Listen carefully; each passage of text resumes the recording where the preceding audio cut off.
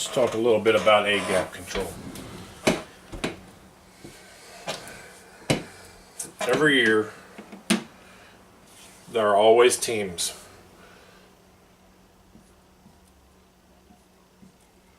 that will use a tackle, usually a very quick athletic tackle, or maybe even sometimes a linebacker, to try to blow these A-gaps. They're trying to initiate contact with the center, hoping to interfere with the quarterback-center exchange. A few of the things that we can do to combat that is, one, we can go out of the shotgun, but they're still going to try to interfere with this snap. We usually operate off of a 2-foot splits. One of the adjustments that can do, and we do practice, we can go to a 1-foot splits. We just shrink our splits to 1 foot. If that doesn't resolve it, we could even go to a 6-inch split. Now, when we have these guys that are causing problems, we can always go away from our normal blocking rules and go to a double A-gap down block for every single play. And what an A-gap down block is, no matter where the play is going, this guard is crashing hard this direction. This guard is crashing hard this direction. We're blocking down on the A-gap. So we are pinching in against them. There may even be times where this guy could be head up on the center. More often than not, they try to shoot the gaps as opposed to working through the center. So if we are down blocking the A-gaps, then we drop our splits to 1 foot, and as the ball is snapped, each guard is taking a step with their inside foot, and they're just crashing down into the A-gaps to try to seal this up a little bit.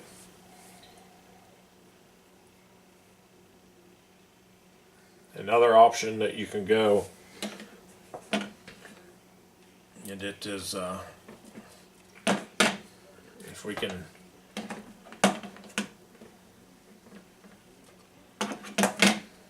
just envision, this is the feet of the center. All right, this is the feet of the left guard and the feet of the right guard.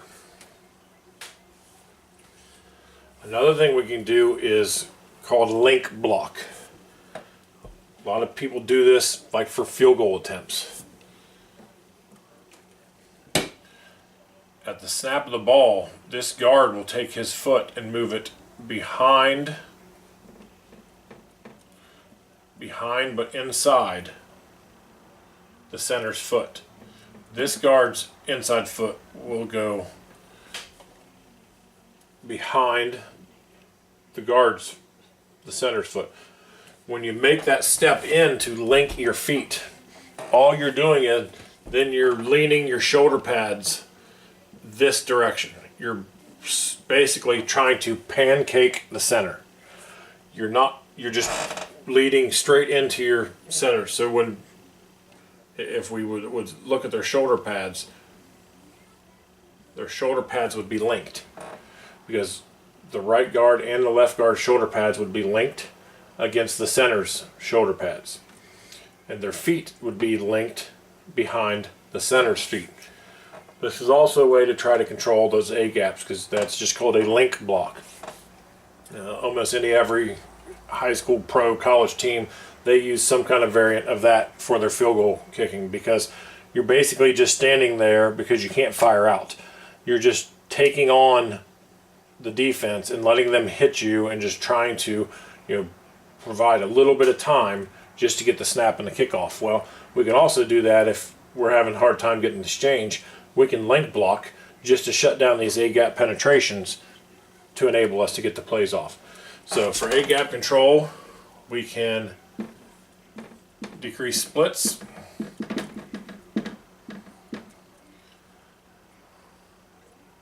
We can down block. We can link block. And then the last option would be to cut block. It is legal to cut block at the line of scrimmage. It is illegal for a player to be engaged above the waist and hit below the waist at the same time. So if a guard comes in, if the center is blocking this nose tackle and the guard comes in and cuts him, that will be an illegal block. If the guy is shooting the A-gap and the guard is engaging this tackle on the top half and the center comes in and cuts, that would be an illegal block. We've had a few of those penalties this year because they were blowing A-gaps, and we finally told the center to cut, and when he cut, the kid happened to be engaged. So last thing we ever want to try to go to is the cut, just because there's such a high chance of one, injuries, but also gaining unnecessary penalties. If we can use the splits, down block, or link block to solve that issue, then we don't have to cut. But there will be times that you will have to cut block, and it is legal as long as it is done properly.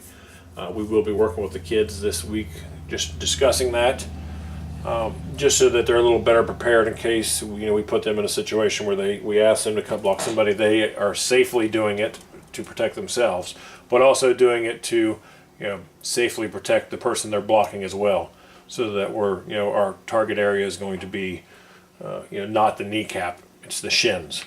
We're not trying to hurt the kid, we're just trying to get him down so that we can get our play off. So A-gap control, there's a couple different ways that we can do that, and we will be working on some of those techniques